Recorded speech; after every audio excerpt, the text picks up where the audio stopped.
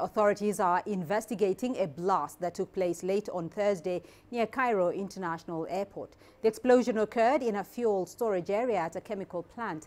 At least 12 people have been injured in the blast and resulting fire. The blaze has since been brought under control, and the Egyptian army says the explosion was caused by high temperatures but did not provide any further details. Flights in and out of the airport were initially halted but have since resumed. The facility where the blast took place is controlled by the army. Let's get to the latest now on that story. I'm joined from Cairo by CGTN's Yasa Hakim. Yasa, do you have any more details for us on what exactly happened last night? Well, not much details have been released by the authorities here. We all know that the fire has been put out, and it was for what the army has been saying is that it was not an explosion. It was a fire because of the fuel depot, because of the high temperature that led to a fire in the fuel depot, and it was quickly put off by the Egyptian brigades. And at the moment, they're still investigating to understand the safety issues there. It's an area that is a petrochemicals company that is linked to the army, the Egyptian army, and it's close to the airport but not within the vicinity of the airport, and that the smoke has been the reason why some of the flights were delayed for an hour or so, but no flights were fully suspended at all. Well, yes, we do understand that normal operations have resumed. As you mentioned, no flights were suspended previously. But what can you tell us about the normal operations and how the airport is operating at the moment? Yes, it's operating normally even from since last night. The problem was the fire was taking place close to the airport, and the wind there was fear that the wind would push the smoke towards the runway and the vicinity of the airport, which would make it obviously a bit dangerous to fly around with the heavy smoke that's the result of the fire.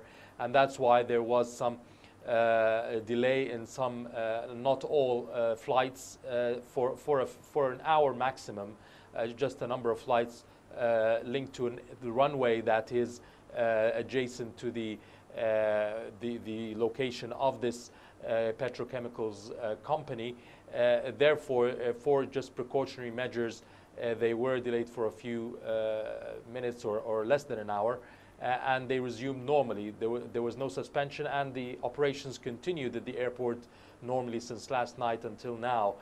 No concerns at all, especially that the fire has been put out and the security measures have taken place. And the blast, as you mentioned earlier as well, took place in an area controlled by the Egyptian army. Is there any concern, any cause for concern at this stage?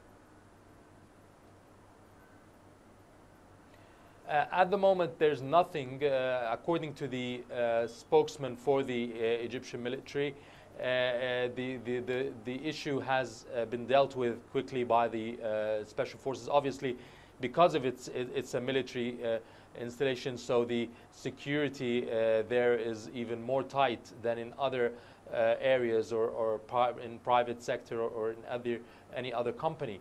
And therefore, it was dealt with much quicker, maybe in normal cases than in normal cases.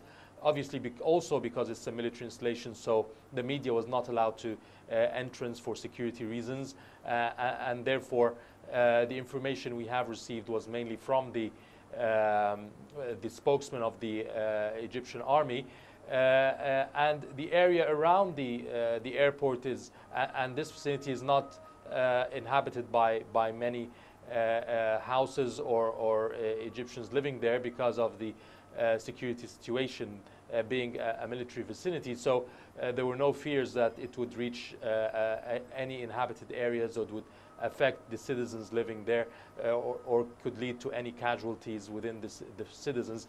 And therefore, it was dealt with very fast or quickly in the hours that resumed. And at the moment, we're just waiting for a result of the investigations concerning the fire. Yes, we were told it was because of the high temperatures that Egypt, obviously in the summer, the temperatures are extremely high. It exceeds 40 degrees centigrade at the moment, and therefore these things are expected, but not at a petrochemicals company. So we're waiting for the investigation results to understand why it took place. Right, Yasser Hakim joining us there from Cairo with that update.